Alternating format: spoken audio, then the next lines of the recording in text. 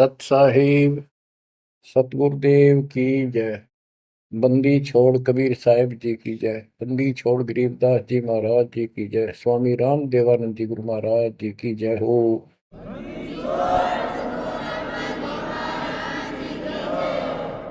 सर्व संतों की जय, सर्व भक्तों की जय, धर्मी पुरुषों की जय।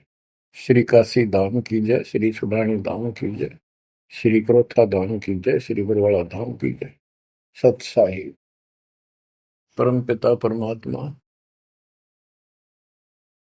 कबीर जी की असीम रजा से बच्चों, आज आपको अपने घर का पता चला।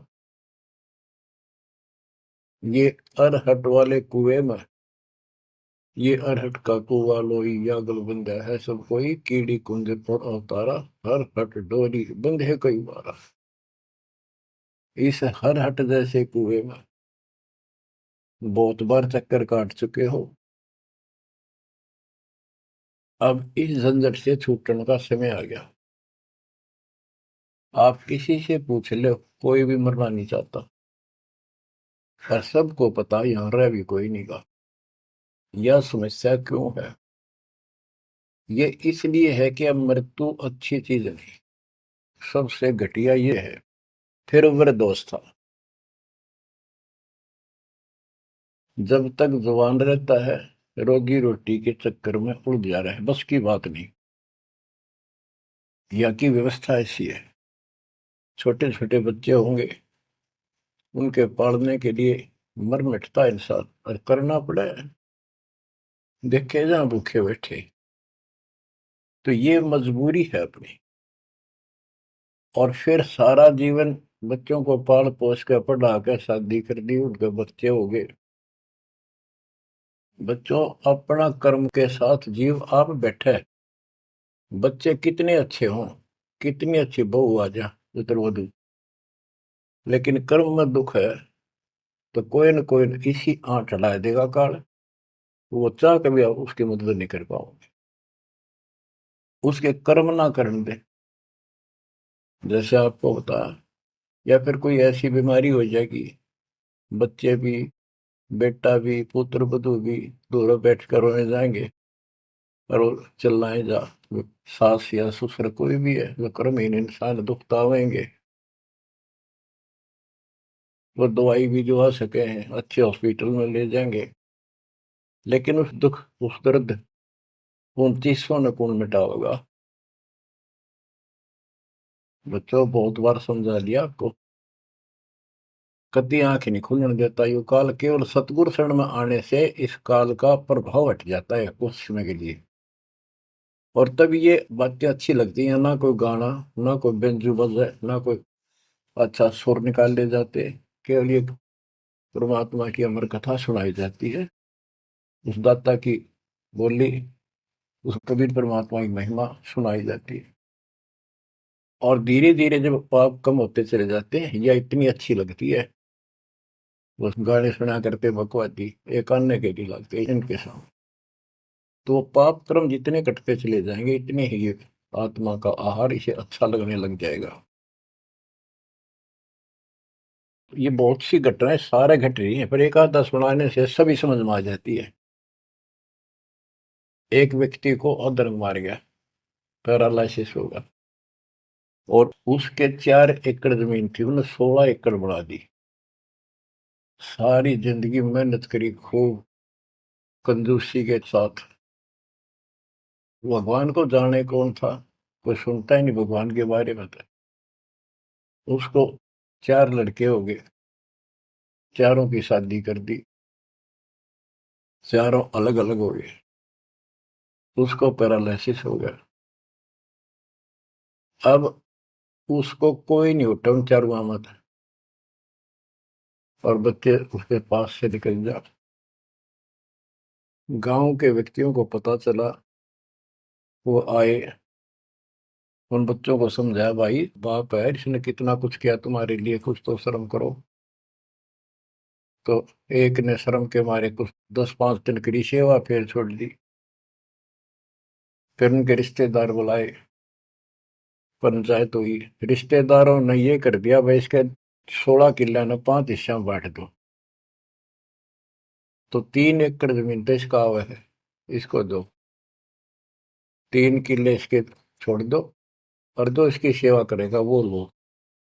तो छोटे वाले की पत्नी बोली जी हम ले लेंगे, हम संभालेंगे। वो लालच में वो बला ले ली, बला हो जाती है ये कर्महीन इंसान, और 1 महीने बाद से फिर छोड़ दी। फिर गांव के व्यक्ति आए, मेरा भाई क्यों नहीं संभालते तुम? वो बोली अब किले भी ले लो, मारो बस का कोई सबके बीच में। तो गांव के लोगों ने एक नौकर किया, 3 एकड़ जमीन में से उसका जो खर्चा वर्ता उसको ध्यान लगे। तो जब वो पंचायत हो रही थी, बताओ था एक आदमी, और हमने देखा कई जगह ऐसी घटना घटी। तो जब वो पंचायत में आ रहे थे, रिश्तेदार आ रहे थे, वो खाट में पड़ा पड़ा नाड़ नाड़ हल्ला है, और पोता आ गया उसका। उस पोता ने इतनी दूर खड़ा था वो, 5-7 फुट, नो करा नाड़ का नहीं, अकबर आजा, आजा लाड कर भाई नो, नाड़ नाड़ लर्ज किन्नो दिखा कर मैं इस पे प्यार करना चाहता हूँ, और वो दूर बात। तो वहां बैठे उपस्थित व्यक्ति बोले इन बेटा ने तक कर दी इतनी छोटी मालस, इन पोते ही कसर रह रही है, ये करेंगे। तो यहाँ अध्यात्म ज्ञान आता है। जो काम करण का था कर्महीन ने वो तो करया कोई नहीं, जिसका दुख भी टला हो, बेटा बेटी पुत्र वो दूर सब न अच्छा लगा हो। तो बच्चों यू काम करण का है, यह सबके साथ बढ़ जाएगी जाए भगवान की शरण में नहीं रहे थे। 3 बातों को देखकर दास को और अधिक दृढ़ता लगी और भगवान के प्रति तड़पण लग गया। ये सचमुच तो पहले देखा है सब पता, और भी सामान्य बातें देखी ना, बीमार हो तो भी माता पिता बैठे बैठे देखे ना, और वस्तु के लिए पुकारे जा, कोई सुनने तैयार नहीं था। कबीर साहब कहते बूढ़ा होकर पड़े खाट में, सुने बचन खारे, कड़वी बात सुना करेगा। और कुत्ते था उनका भी सुख को नहीं, ये छाती फूकड़ आ रही। पुत्र वधु कह के गई बूढ़ा बुढ़िया ने के ध्यान रखियो को कुत्ता बिल्ली ना बढ़ जाए अंदर। अब वो ध्यान रखे तुम्हें दिखे कुछ ना दिखे, और दोस्त आंख लागी, कुत्ता बढ़कर उसकी लस्सी दूसी गिरा गया। वह पानी लेकर आई तो उन्होंने कहा तारा इतना भी सुख कौन, तो कुत्ते ने रोक दो, छाती फूक दी तुमने मेरी। तो परमात्मा कह दे फिर ये एक वचन सुनोगे तुम, ये कथा सुनने को मिलेगी अमर कथा तुम्हारे को। जो काम करने का वो कर लो, भक्ति करो, और फिर देख घर में भी सुख, शरीर में भी सुख, और सारे बच्चे भी भक्ति मार्ग पर लग जाएंगे। बच्चे सत्संग में जाएंगे, उनके मन दया पैदा होगी, भगवान का डर होगा, उनको अपने कर्तव्य का ज्ञान होगा कि माता पिता की भी सेवा करनी चाहिए, इन में पाला पोसा है, दया बनती है अंदर इस ज्ञान से। तो बच्चों इस भक्ति इस सत्संग के बिना इंसान ऐसे जड़े डोका मर जाता है। और जब तक ये ज्ञान नहीं होता वो काम हमने सबसे उत्तम और बस इतना ही ठीक वो अच्छा लग रहा था। तो यहाँ कबीर साहब कहते सतगुरु के उपदेश का सुनिया एक विचार, जय सतगुरु मिलते नहीं फिर जाते यम द्वार। वो दुख और आगे देखो, मृत्यु के बाद यम के दूत घसीट के ले जाएंगे धर्मराय के उस न्यायाधीश के दरबार में, फिर उनका फैसला होगा इसको नरक में डालो, इतने वर्ष, इतने दिन, इतनी घड़ी कैलकुलेटेड होते होंगे। यम के दूत उनको लेकर चलते तोड़ के तोड़ने क्यों, 1 लाख का हिसाब हो डेली, दे लट्ठा दे लट्ठा। वो नरक से वापस भाजे, उनका लठ मारे भाले ठोकर जबरदस्ती लात मार के ठोकर मार के नरक में गिरे। कहते नरक द्वार में दूत सफर करते क्या चातान, उन तक कबू ना छूटता करता चारों खाली।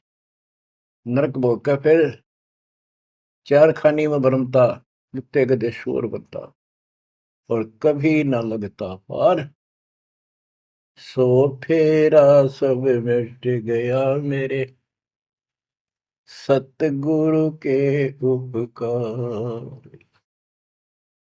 बच्चों समझ लो इन बातों को, और देखो मालिक की दया। ये बातें कदे हमने दादे परदादा पर भी ना सुनी, माता पिता से नहीं सुनी।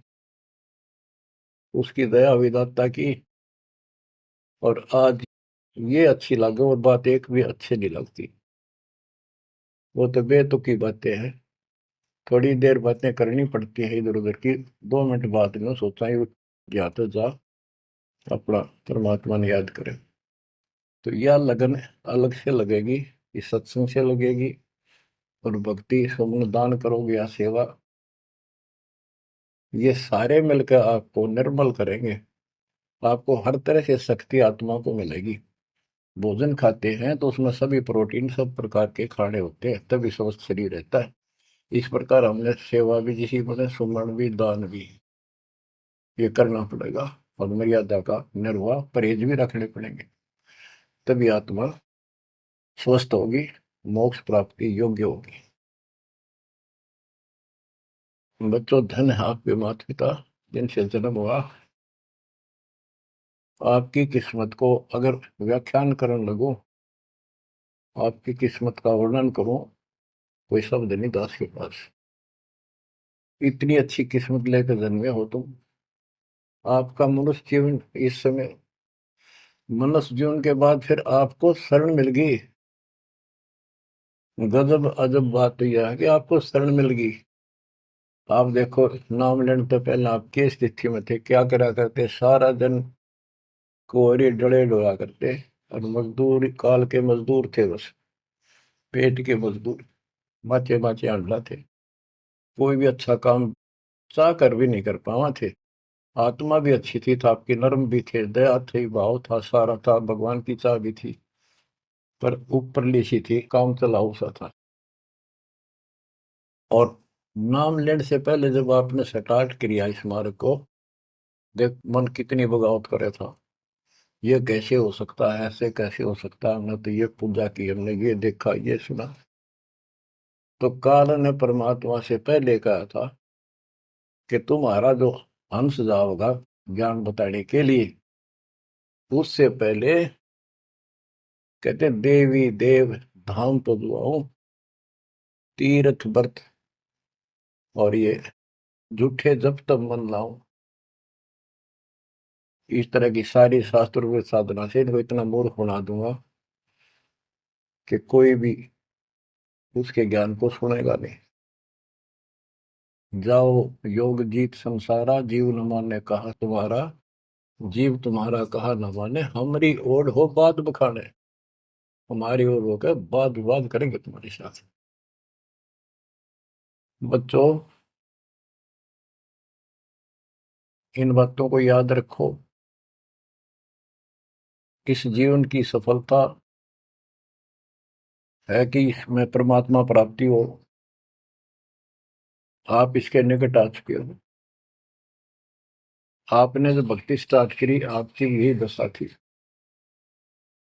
कति मन मान कर राजी नहीं था, और उस दाता देखो अपने बच्चों को कैसे कैसे कैसे कोई न कोई भेज के अपना बान भाई रह रह कर कथा सुनाई। कभी अच्छी लगी, कभी ना लगी, धीरे धीरे पाप करते गए, सुनते चले गए। कहते सो सब सिदर मैं करूं अपने जन के काज, हरने से पूजो मार दो नरसिंह दर के साज। इब्राहिम सुल्तान के साथ कितने खाड़े कर दिए, कितना पीछे पड़ गया जाता अपने बच्चे को नरक से निकालने के लिए। यही दशा अपनी थी।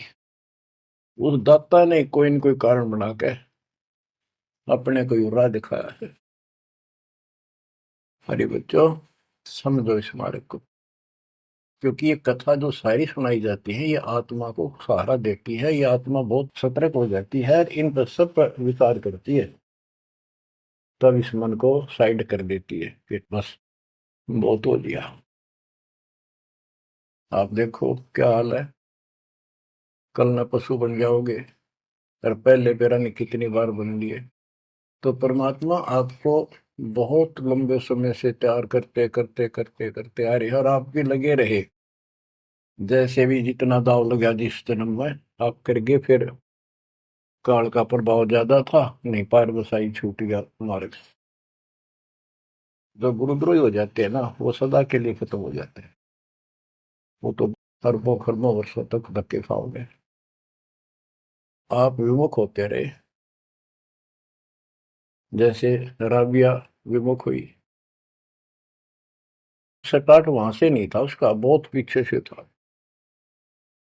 लेकिन भक्ति की चाह बनी रही, दाता फिर मिलते रहे। परमात्मा कबीर साहब कहते हैं, मेल अटकेले जाइयो, तीर्थ धाम पर भटकियो, मेले बड़ा मिलाप, पत्थर पानी पूजते हैं, कोई साधु संत मिल जाओ। जब तक भगवान नहीं मिला है, तब तक ये आस्था भी बनी रहनी चाहिए। इसलिए परमात्मा कुछ लोगों को जो संस्कार तो निकाह होता है, कोई मत्था टेक के किते जाके, और कुदरती वो संस्कार आ जाता, उसकी आस्था बनी रहती है वहां पर, तो भगवान में चाह बनी रही। कई नरसिंह बन कई इसने आना पड़ा, निकाल ने तो मस्तरवा दिया था, प्रहलाद भगत की आस्था खत्म हो जाती, दाता रक्षा नहीं करते, सारे समाज में आस्था खत्म हो जाती मनुष्य जीवन में, कि भगवान है ही नहीं करे। अरीसा दिखा दिया भगवान, आज तक याद है भगवान है, इसलिए हमारी चाह बनी रही परमात्मा के प्रति। तो बच्चों, परमात्मा की असीम रजा आपके ऊपर। परमात्मा 600 साल पहले हमें राह दिखाने लगे थे,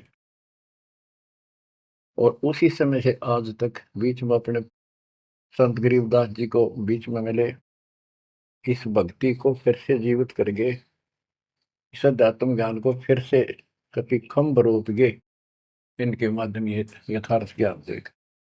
और 300 साल से अमर ग्रंथ यहाँ पढ़ा करते थे गरीबदासी, गरीबदास के 12वें पंथ वाले। मेरे गुरुदेव के अतिरिक्त किसी के पल्ला नहीं पड़ा, उन्होंने दास को दिया ये खजाना, उसके पास गहनता से इसका अध्ययन किया, आशीर्वाद उनका रहा। आज ये खजाना खोल दिया, गुरुदेव का आशीर्वाद, कबीर साहब का वचन, 5505 कलयुग बीत चुका, तो ये खेल तो होना ही था। और यह गंगा आएगी, मोक्ष करने वाली असली गंगा, ये है सत्संग। इसमें जो स्नान करेंगे, सत्संग सुनेंगे, मोक्ष तो इन आत्माओं का होगा। अब्राहिम सुल्तान को कैसे निकाला, उसके कोरडे तक खाए मालिक ने अपने बच्चे के, बता के लागत था, क्या नाता था उससे। अब यहां विचार कर लो, उसका हमारे से क्या नाता है, कितना गहन नाता है। वो हमारा पिता है, वही हमारी माँ है। उस परमात्मा में हमारे प्रति माँ और पिता दोनों का मोह है, कितना जबरदस्त हो सकता है वो देखो। तुम अपनी गलती से फंस गए, पर वो बैठा उस पर भी नहीं जाता खाली, कि कुछ तो निकालो काल के जाल से।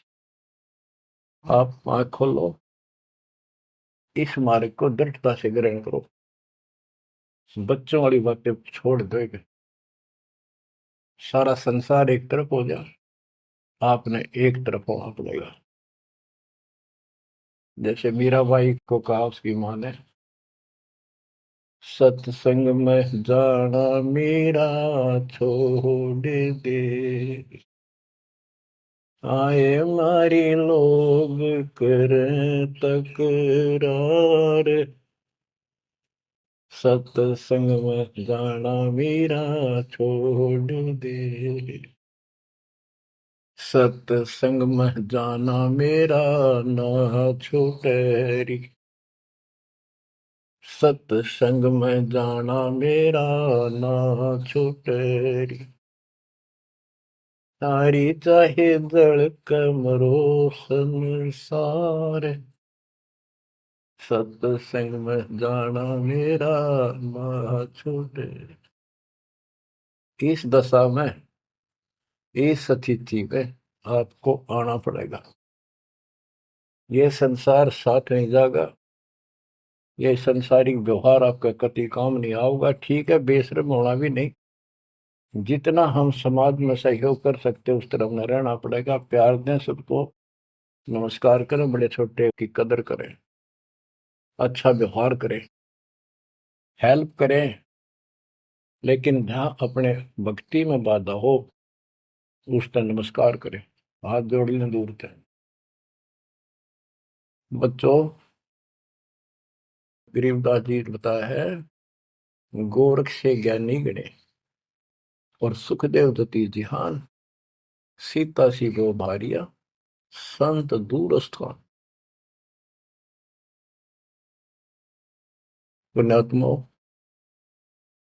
आपको अध्यात्म सिलेबस, ये अध्यात्म का पाठ्यक्रम पढ़ाया जा रहा है, दास टीचर है, और इसको बार बार रटवाऊंगा, बार बार समझाऊंगा, क्योंकि टीचर सारा साल उस सिलेबस को रह रह कर रिपीट करवाया करे, तब बच्चों के आत्मा में, उसके मन में, बुद्धि में वो सेट होता है। तो बच्चों, आपको ये सिलेबस दास बार बार रिपीट कराएगा, और ध्यान से उत्सुकता से सुनते रहना। परमात्मा के ज्ञान को, सत्संग को सुनो, जब कति एकाग्र चित्त से सुनो। गरीब गोरख से ज्ञानी घने, सुख देव जति जिहान, सीता सी बहु भारिया संत दूर स्थान। अब आपको अमर ग्रंथ की अमर वाणी का कुछ अंश सुनाऊंगा। जैसे दास की बुद्धि काम करेगी, इसको सरल भी बनाऊंगा। गरीब यज्ञ जब पांडव राजा, नो नाथो नहीं ना दुहबाजा, 84 सिद्ध रिद्ध सब मोहे, पूर्ण ब्रह्म ध्यान नहीं जो है। अब क्या बताना चाहते हैं संत गरीबदास जी, कि जब पांडवों ने अश्वमेघ यज्ञ रची, तो उसमें 33 करोड़ देवता, 88,000 ऋषि, ब्रह्मा विष्णु महेश तक उपस्थित थे, 12 करोड़ ब्राह्मण, और ये गिरिपुरी, इनका गिनती नहीं, 56 करोड़ जहां थे या दो, शंख पचायन नहीं, बाजा ना दो। तो कहने का भाव ये है कि गोरख से ज्ञानी गणे, सुखदेव जति जिहान, प्रसंग ये है। और सीता सी बहु बारिया संत दूर स्थान। पांडवों ने अश्वमेध यज्ञ क्यों की थी? श्री कृष्ण जी जो उनके गुरु थे, त्रिलोकीनाथ विष्णु अवतार, उन्होंने बताया था कि तुमने, क्योंकि युधिष्ठिर जी को भयंकर स्वप्न आने लगे, बेचैनी होगी, भूख गई, रात की नींद गई, वैद्यों से इलाज करा लिया, कोई आराम नहीं हुआ। श्री कृष्ण जी के गुरु थे, उनसे समाधान जाना और कारण पूछा कि ये हुआ क्यों। तब श्री कृष्ण जी कहते, तुमने जो बंदूक घात किए हैं, युद्ध में, महाभारत में आदमी मारे और अपने प्रियजन मारे, रिश्तेदार मारे, ये पाप वो हानि कर रहा है, वो सेध रहा है। समाधान ये है कि अश्वमेध यज्ञ करो और पूरी पृथ्वी पर न्योता दे दो, कोई आओ, धर्म यज्ञ करो एक, और धर्म यज्ञ सफल होगी तो तुम्हारा ये दुख दूर होगा, अन्यथा नहीं होगा। और यज्ञ संपूर्ण होने की, सफल होने का चिन्ह बना दिया, बता दिया निशानी, कि एक शंख 5 मुंह का, पंचानन शंख, उसको पंचजन्य भी बोल देते हैं। पंचायन, आनंद माने मुख होते हैं, पंचानन 5 मुख का शंख एक अलग स्थान पर रखा जाएगा। वो कोई बजाएगा नहीं, आप पर बाजेगा। वो बाजेगा तब जब कोई पूर्ण संत, अच्छी करने वाला उसमें भोजन खा लेगा। तो 33 करोड़ देवता बुला लिए, 88,000 ऋषि आ गए, 12 करोड़ ब्राह्मण आ गए, तो किसी से भी शंख नहीं बजा। न्योता देने के लिए चारों पांडवों की चारों दिशा में ड्यूटी लाई थी युधिष्ठिर ने छोड़ दिया कि अभी न्योता देगा और निमंत्रण दो। भीम का निमंत्रण देने की जो दिशा थी, ड्यूटी थी जिस साइड में, उसमें सुदर्शन नाम के एक सुपच, जिसे आजकल शेड्यूल कास्ट कहते हैं, उसमें सुपच कहते थे। और वाल्मीकि जाति में थे वो। भीम वहां गया। भीम ने उनको निमंत्रण दिया कि भगत जी हमारे वहां आइयो, और मैं युधिष्ठिर राजा का भाई भीम हूं, और ऐसे ऐसे हमने एक अश्वमेध यज्ञ रची है, आप आमंत्रित हैं। तब सुदर्शन जी ने कहा, सुपथ ने, कि भीम तुमने तो इतना पाप कर रखा, कसाई भी फीका पड़ जाए। तुमने ऐसा जुल्म कर दिया, वो बहन आज तक रो रही है जो विधवा होगी सैनिकों की, उनके बच्चे टक्कर मार रहे हैं, माँ से पूछ रहे हैं पिताजी कब आएंगे छुट्टी। उनकी माँ एकांत में ज्यादा रो रही है, तुम बैठ के ठाठ कर रहे हो और तुम मौज कर रहे हो, तुम तो नरक में डाले जाओगे। मुझे बुलाना है, जो अश्वमेध तुम करने जा रहे हो, ऐसी अश्वमेध 100 का फल मुझे संकल्प करो, 100, तब मैं तुम्हारे जाके रोटी खाऊं, मैं कौन पड़े से नरक में। अब अहंकार था भीम को कि हमारी यज्ञ तो सफल होनी है, क्योंकि श्री कृष्ण जी रहे साथ। तो उस भगत को कहा कि तेने आना होता जी, निफालतू ना बोले, कि तेरे बिना वह काम अड़ा है, हमारे कोई आंट नहीं लगती। तो सुदर्शन जी चुप हो गए, साकेत और सवान को उल्ट जवाब ना दे।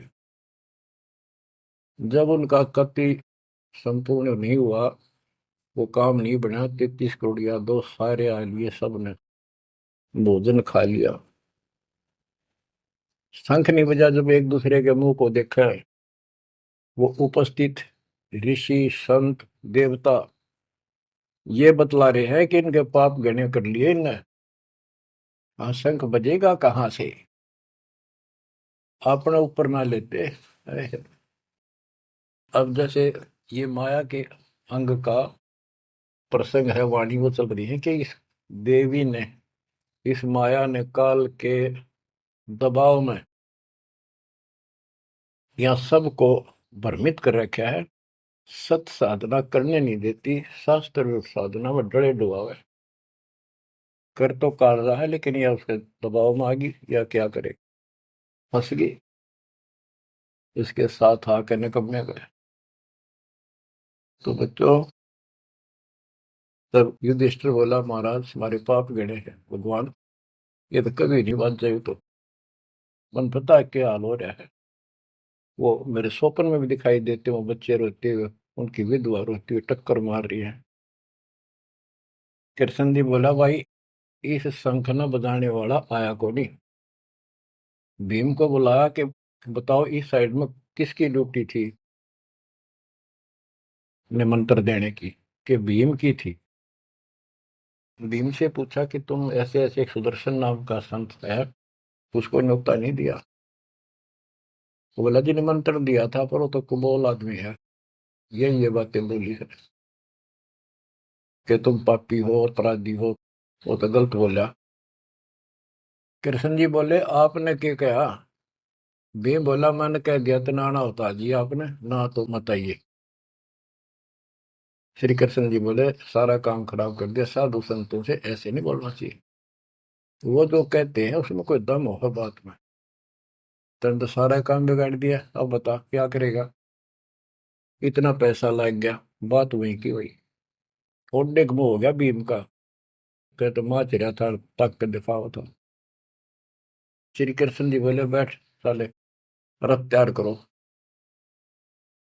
उस दौरान जब यह घटना घटी, उसमें परमात्मा करुणा में नाम से प्रकट थे कबीर साहब, और सुदर्शन उस करुणा में परमात्मा के बच्चे थे, शिष्य थे।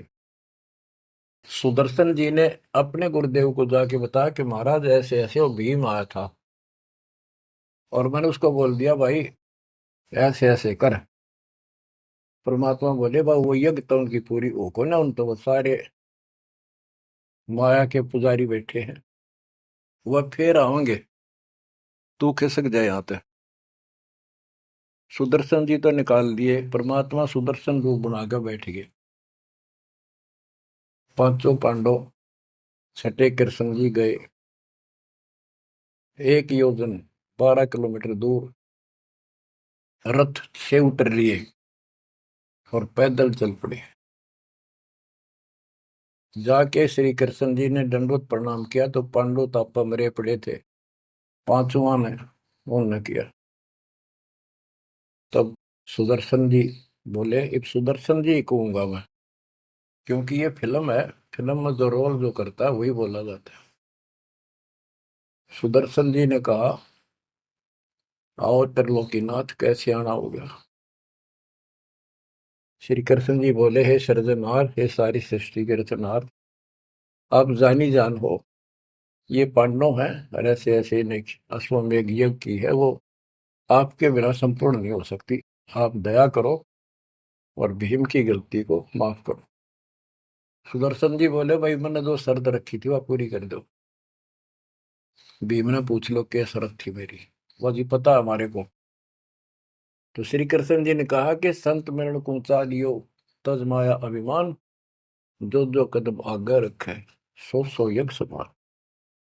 ये देख लो, किसी में इतना भी अहंकार नहीं है। आज ये कति टूटे पड़े हैं, सारा खर्च हो लिया पैसा, बात वहीं खड़ी है।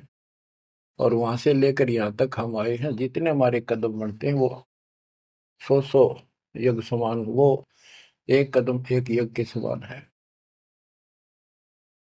अपनी सौ रख लो, बाकी हमारी जोड़ी में डाल दो, हमारा भी कल्याण हो। यानी आदिन्य का भाव संत के सामने होना चाहिए। संत के साथ भगवान होता है, भगवान को अहंकार कभी पसंद नहीं। तब साधु भूखा भाव का, धन का भूखा ना, ना किसी में माँ का भूखा। उससे पहले जब पहली बार यो भीम गया था तो निमंत्रण देने, एक तालाब में नहा के आया था और उसमें खूब गोते मार मार नहाया, पैर भी नहीं टिके थे। सुदर्शन जी बोले कि भीम, यह मेरी माला तार के दिए खुट्टी पर था। भीम चला, खुट्टी पर तो माला सुमरनी तारन लग गया। उस पर उतरी नहीं, टस से मस नहीं हुई, पसीने आ गए। जब सुदर्शन जी बोले, भीम उधर बड़ी डींग मारा था कि युद्ध नहीं जीता जाता, एक का मारू था 10 मरे थे। अरे माला ना उठी तेरे थे, छोड़ के आ गया, दूर खड़ा हो गया। और कोई दिखाना भी जरूरी था कि कुछ है इसके पल्ले, ना तो उनके मन में फिर दूसरा देता। ऐसे हाथ किया परमात्मा ने, वाला अपने आप उठ के उनके हाथ में आ गई। धर्मदास या घना अंधेरा, बिन परचा जीव जम का चेहरा। अगर थोड़ा बहुत ना दिखाऊं अपनी शक्ति तो काल का बंधेरा मेरी तरफ आवे को नहीं। उस दिन तो बड़ी बात बोल रहा था भीम, और सुन ले, तेरे जैसे पहलवान बहुत होगा जाएंगे। जिसमें तू उस दिन स्नान करके आया था ना, वह खोपड़ी थी उस कुंभकर्ण की। खोपड़ी, ये सर का ऊपर ऊपर का कटोरा, जिसमें तेरे पाँव भी ना टेके, ऐसे ऐसे होकर जानिए बकवादी। भक्ति बिना बात नहीं बने बच्चों। तो जब परमात्मा यानी सुदर्शन जी रथ में बैठकर उनके साथ वहां पहुंचे, द्रौपदी ने देखा कि कौन सा है संत, पता चला यू एक केला यू है होगा। तो तभी उसके मत्था ठन गया कि इससे क्या होता, ये इतने ऋषि में ऋषि बैठे तपस्वी फलाना। फिर श्री कृष्ण जी ने कहा, द्रौपदी बढ़िया भोजन तैयार कर, संत खाना खाओगा थारा काम बनेगा। तो द्रौपदी ने सोचा, बढ़िया भोजन बनाऊं, कई प्रकार के पकवान बनाकर थाली में नारी नारी कटोरिया में रख कर दिए। पर सुदर्शन जी जो है वह 5 ग्रास खाते थे। वो अपने मनमुखी होते, पर वहां रोल उसी का करना था परमात्मा। ये कुछ भी करते रहो, भक्ति ठीक करो बस। तो उन सब में से थोड़ा थोड़ा मिला के इकट्ठा कर लिया, खिचड़ी ही बना ली, कति रला दिए कि सारे पकवान वहां मिल जाए और सबका भोग लग गया। द्रौपदी मन में सोच रही थी, मैंने 1 घंटे तक आंख पड़वाई दूं मैं, और इतने बड़ी आइटम बढ़ाए। अक्षंत खाओगा और उंगली चाटेगा, और सरा होगा किसने बनाई है सब्जी रोटी। और इसने कुछ करना आता ना और ना शूद्र का शूद्र, ये कहाँ के शंख बजाएगा ये। अब परमात्मा ने यानी सुदर्शन जी ने 5 ग्रास खाए, 5 बार शंख बोला। वो युधिष्ठिर जी बड़े खुश हुए, कृष्ण जी से कह रहे आपने बड़ी दया करी, बड़े महापुरुष खोज के लाए, हमारा तो काम बढ़ गया। कृष्ण जी बोले नहीं बना, ये तो शंख कंटिन्यू बजना चाहिए था, अखंड, और काफी देर तक स्वर्ग तक सारी पृथ्वी पे इसकी आवाज जाएगी, धीमी धीमी मीठी मीठी प्यारी प्यारी, तब सफल होगी। युधिष्ठिर बोले हे भगवान, अब कौन रह गया, किसको लाओगे। बोला भाई इस वाल्मीकि के बाल सब ना ही 3 लोग, ये के वाल्मीकि दिखे तुमने, इसके एक बाल के समान भी 3 लोग नहीं है, इतनी ताकत है इसमें, इतनी भक्ति की शक्ति है। अपने घर में कमी है वह खोजते। द्रौपदी बुलाई, द्रौपदी से कहा कि बहन साची बता, तेरे कोई दोष आया इस महापुरुष के प्रति, तो उसने सारी बता दीजिए, ऐसे ऐसे मेरे मन में दोष आया। द्रौपदी शुक्र मना तेरे घर पर टूक तोड़ ली, स्नाह का खाना खा लिया, अपने घर सब 2 रोटी खा कर सोते हैं, कोई भूखा नहीं सोता, भगवान सब न दी है। इस तरह का अहंकार करने से काम नहीं बनते। इसके चरण धोकर पियोगी ना, जब तेरे अंतःकरण का पाप भी दूर होगा और कुछ राहत भी तब मिलेगी। अमृता क्या नहीं करता। द्रौपदी लाई बढ़िया सी थाली परात उठाकर चांदी की, और उसमें लोटा लेकर संत के चरण धोए, गाल के कटोरे में पीण लगी। कृष्ण जी बोले बहना दा मुझे भी देना, ईशे महापुरुष का चरणामृत कद कद मिल रहा है। तो आधा द्रौपदी ने पिया, आधा श्री कृष्ण जी ने। और फिर वो देखो अखंड बाजा, वो ऐसे ढंग से बजाए तो धीरे धीरे धीरे धीरे सुर बढ़ता चलेगा, स्वर्ग तक पूरी पृथ्वी पर आवाज गई, कण कण में सुनाई दिया। और जो पेड़ थे पौधे पूरे के पूरे बसंत की तरह फूल आ गए और खिल गए, इतना सुंदर मौसम होगा सुहावना। गोरख से ज्ञानी गणे और सुख दे जति जिहान, सीता सी गो भारिया संत दूर स्थान। संत को ऊपर दिखावे से ज्यादा मीठी मीठी लंबी चौड़ी कथा सुनाने से, अटपट करके प्रवचन करने से पहचाना नहीं जा सकता। तो बच्चों, न जीव की सी बुद्धि है को पहचान ले, पहचान लिए होते तक कबीर भगवान आए न थे, संत गरीबदास जी आ रहे कहने गए। अब बच्चों आपको थोड़ी सी अमृत वाणी सुनाता हूँ। ग्रीव फिर पांडवों की यज्ञ में शंख पंचायन टेरे, 12 कोटि पंडित जहां पड़ी सबन की मेरे। यज्ञ रची जब पांडव राजा, नौ नाथों ने नादू बाजा। उस यज्ञ में 9 नाथ, 84 सिद्ध, 33 करोड़ देवता, 88,000 ऋषि, 12 करोड़ ब्राह्मण और 56 करोड़ यादव, जो श्री कृष्ण के वंशज थे, जो पांडवों के रिश्तेदार थे। क्योंकि श्री कृष्ण जी की बहन सुभद्रा अर्जुन के ब्याही थी। या क्या कहते हैं, यज्ञ रची जब पांडव राजा, नो नाथों ने नादू बाजा। 84 सिद्ध रिधि सब मोहे, पूर्ण ब्रह्म ध्यान नहीं जो है। अब माया के उनकी वाणी पर देखो छिए, इन्होंने बताया है कि 84 सिद्ध 9 नाथ ये रिद्धि सिद्धि में उलझा रखे थे। 84 सिद्ध रिद्धि सब मोहे, इन्होंने पूर्ण ब्रह्म ध्यान नहीं जो है, पूर्ण परमात्मा की भक्ति नहीं करी। कोटि 33 यज्ञ के माही, सुर नर मुनि जन गिनती नाही। 56 कोटि जहां थे यादो हो, जिनसे नाही बाजा नादू हो। कोटिक वक्ता वेद उचारी, ना बयम संपूर्ण सारी। सर दर्शन की गिनती नाही, अनाथ जीव जी में बो माही। ओहो, सर दर्शन ये गिरिपुरी कहती है बहुत गड़े आए हुए थे, और अनाथ जीव भी बहुत गड़े आए। सुर नर मुनिजन तपस्या सन्यासी, दंडी वृत्त बहुत उदासी। कामधेनु कल्प वृक्ष ही लाए, तीन लोक के सुर नर आए। पांचों पांडवों कृष्ण शरीरा, जिनसे यज्ञ बही निधीरा। होय होय,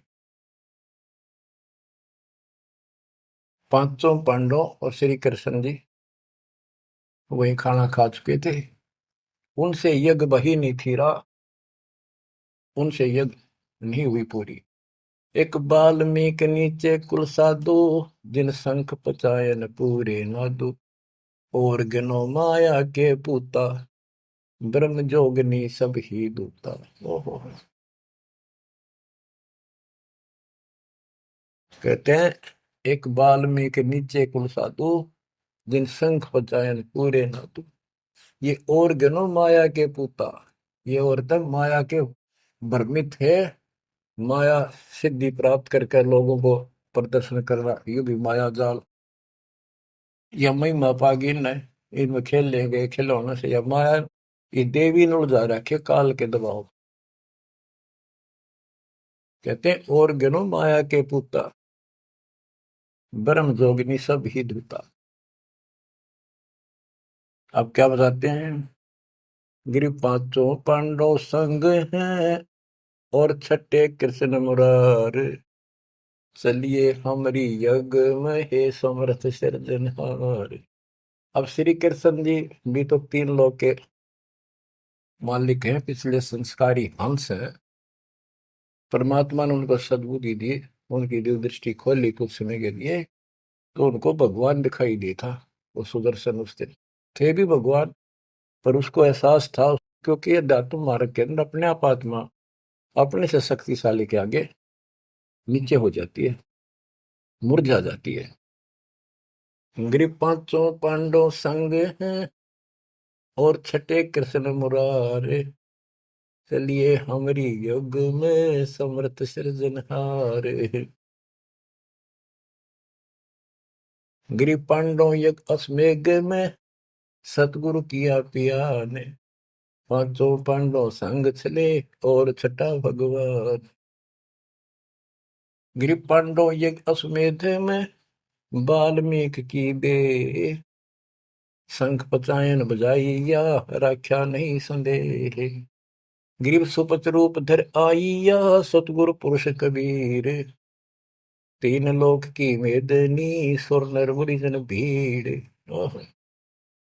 कहते हो सुपच का रूप धरकर स्वयं सतगुरु परमेश्वर कबीर जी आए, जहां पर तीन लोक की सेना बैठी थी मेदनी, या दुनिया भरी पड़ी थी। 33 करोड़ देवता, 88,000 शेर, 56 करोड़ यादव। 33 कोटि यज्ञ में आए, 688 सारे। 12 कोटि वेद के वक्ता, सुपच का शंख बजा रे।